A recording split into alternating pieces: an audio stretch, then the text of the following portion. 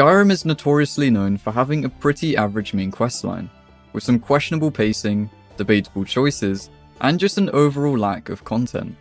Today, I've compiled a list of the best mods with the intention of countering these issues and completely enhancing your experience. So without further ado, let's begin with our first mod of the video. Starting off, we have a mod called World Eater Beta. This has massively overhauled the final fight in Sovngarde by splitting it into 5 new stages that are simply incredible. It introduces some new mechanics, locations, and a number of attacks that takes its ending sequence to the next level. If you don't want to know what happens during this mod, then please feel free to skip ahead. But for those that are interested, I'll briefly explain each stage. The first remains true to how the fight would normally go, except there are now a lot more meteors coming down. Once you've survived that onslaught, you'll actually be devoured by Alduin, where you'll find yourself in his stomach moments later. Here you need to avoid some new enemies called the Digested and Stomach Worms, which I think he might need to get checked out. Whilst defending yourself, you'll also require to hunt down these glowing red pieces and hit them with your weapon or spell of choice. Once that's done, Alduin will spit you back out into Sovngarde, but things don't quite look the same. You need to make it from island to island while shouting descending comments back at Alduin. Now we're on to the penultimate stage, where you'll find yourself actually riding atop the World Eater, where your role is to once again dodge attacks and aim for any glowing parts on his body. With that out of the way, it is time for the final stage, where it's back to a regular 1v1, except Alduin will deal even more damage than before. I will say this mod isn't perfect by any means, however it's one of the only mods out there that has reimagined this encounter to such a degree.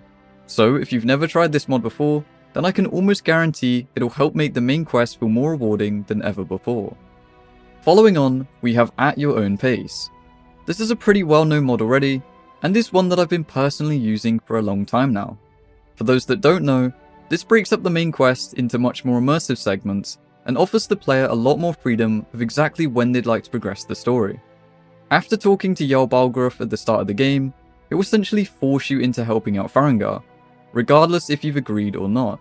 Now I know what you're thinking, you don't have to do the quest, right? Well, I think for a lot of us, we've gone through the same process every time we make a new character, that you just want to break from it all and not have the quest sitting around in your journal forever. But with the mod installed, you'll never be asked to go clear out Bleakfall's Barrow, not until you ask Hrothgar himself if he needs any help. Only then will you get the quest and be able to continue. Or you have some more minor changes to help make the main quest flow a lot better, such as completely skipping the peace treaty and allowing the Jarl to help you capture Odahviing, even if the civil war is still going on. What's great about this mod is how much customization is available to you. Everything previously mentioned and more can be selectively turned on or off, allowing you to essentially create your perfect version of how the main quest should play out. It also comes with a number of similar options for each of the major factions across Skyrim, like the Thieves Guild, College of Winterhold, and more, so be sure to check this one out if you're interested. For our next mod, we have Cult of the World Eater. This was actually made by the same mod author who worked on the last, however this time they've gone for a different way of improving Skyrim's main quest. With the mod installed, each of the named dragon priests will now give Alduin a set of buffs that make him a whole lot stronger. In the mod author's own words, for an Elder Scrolls game that focuses heavily on dragons, the impact of the dragon cult felt oddly absent from the main story. This mod aims to make the dragon cult more involved by giving the player an incentive for hunting down and destroying the named dragon priests before battling Alduin. Now there is one exception, Narkreen, who resides just outside of the Sovngarde portal, meaning that when you fight Alduin atop the throat of the world, their buff will still be active. However, the mod author has intentionally made it so this priest in particular isn't as impactful as the rest, only providing him with 500 additional health. The others grant the World Eater extra magic resistance, passive healing, and more, with each of them stacking together. Of course you can try and take on Alduin without killing any dragon priests, and make your final encounter a lot more challenging. One way to improve this mod further is to add an immersive way of knowing exactly where to find each dragon priest. To do that, we'll need the help of another mod called Brominyar Journal. This adds a lore-friendly journal which can be found inside of Labyrinthian, a dangerous dungeon which most of you will know from the College of Winterhold questline. It once belonged to a Breton explorer who was in search of the dragon priests themselves, noting down the most likely locations for each one. Again, this is completely optional, but I think these two go perfectly together, and ensure that you won't need to search through all of Skyrim or have to break your immersion by looking them up one by one. For the next couple of mods, we're going to be taking a different approach. Instead of improving the gameplay elements of the main questline, why not overhaul it visually? There are a number of areas that you'll travel to on your journey to become Dragonborn that can feel a little dull at times. So let's counter this by installing some of JK's mods. This is a renowned mod author who spent years making changes to just about every major location you can think of in Skyrim. But for the sake of the video, I wanted to highlight 3 that I feel are ideal for this list. Starting off is JK's High Hrothgar. The home of the Greybeards has received a nice upgrade that comes with a load of new assets, and even alters the outside where you first learn the Whirlwind Sprint Shout. They've also added in some workstations like an alchemy and enchantment table to add a bit more utility for you to use in your playthrough. Second is JK's Skyhaven Temple, which has been transformed with a couple interesting additions. It's pretty hard to miss the giant skeletal dragon hanging from the ceiling, and the accompanying skulls that have been decorated by Alduin's wall. Again, they've implemented some utility with a set of weapon plaques and mannequins that you can find next to the unique weapon Dragonbane.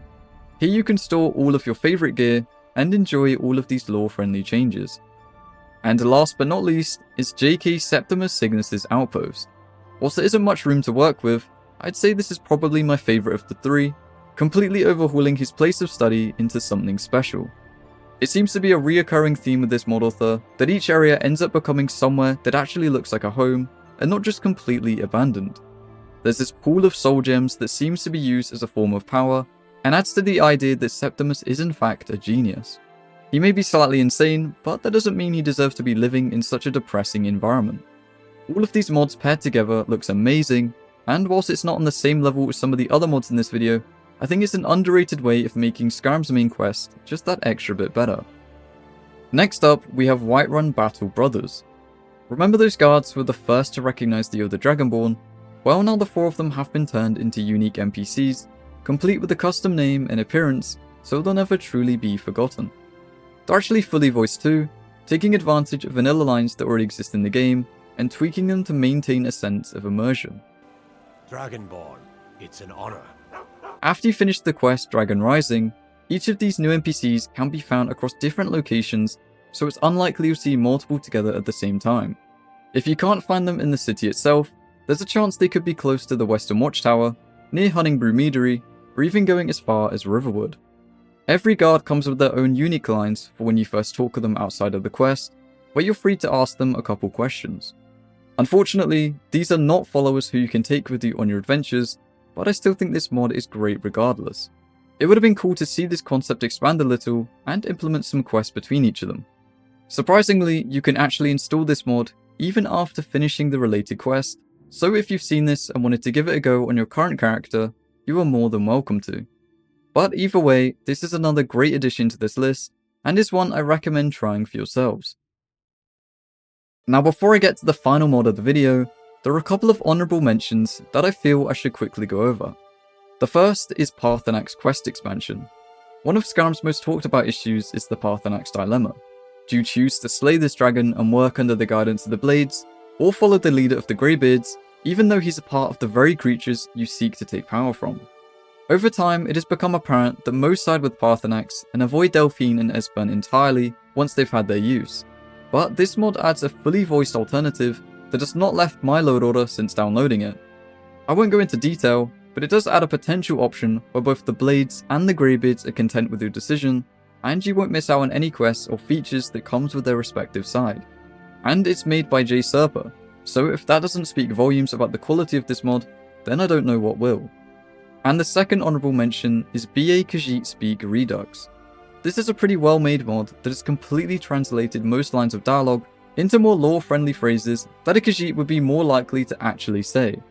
Now obviously not all of you will be playing this race, but there are others that offer the same thing like Dunmer Talk, which is for Dark Elves instead. But you get the idea. Using one of these mods that switch up your responses in-game is another easily overlooked way of making Skyrim's main quest feel fresh, even after all this time. For the final mod, we have Opening Scene Overhaul SE. As the name suggests, this aims to improve the classic Skyrim opening, with some new dialogue and a handful of changes that don't feel out of place at all. It uses cut content, unused dialogue, as well as some original ideas to try and make the prologue as exciting as possible. Multiple vanilla lines have been removed that didn't exactly make a whole lot of sense, whilst others have been extended where you get to see new sides of characters that would usually go unnoticed. One of the main features is that you can now escape with Ulfric with a fully voiced interaction. Another big adjustment is that Hrothgar now has a new voice actor called Patrick Mahoney. Keep an eye out for trouble. It's only a matter of time.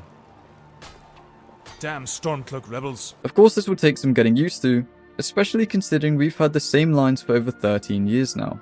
This doesn't just apply for the beginning of the game, but rather every single line has been redone, so you don't need to worry about his voice suddenly switching back once you've escaped from Helgen.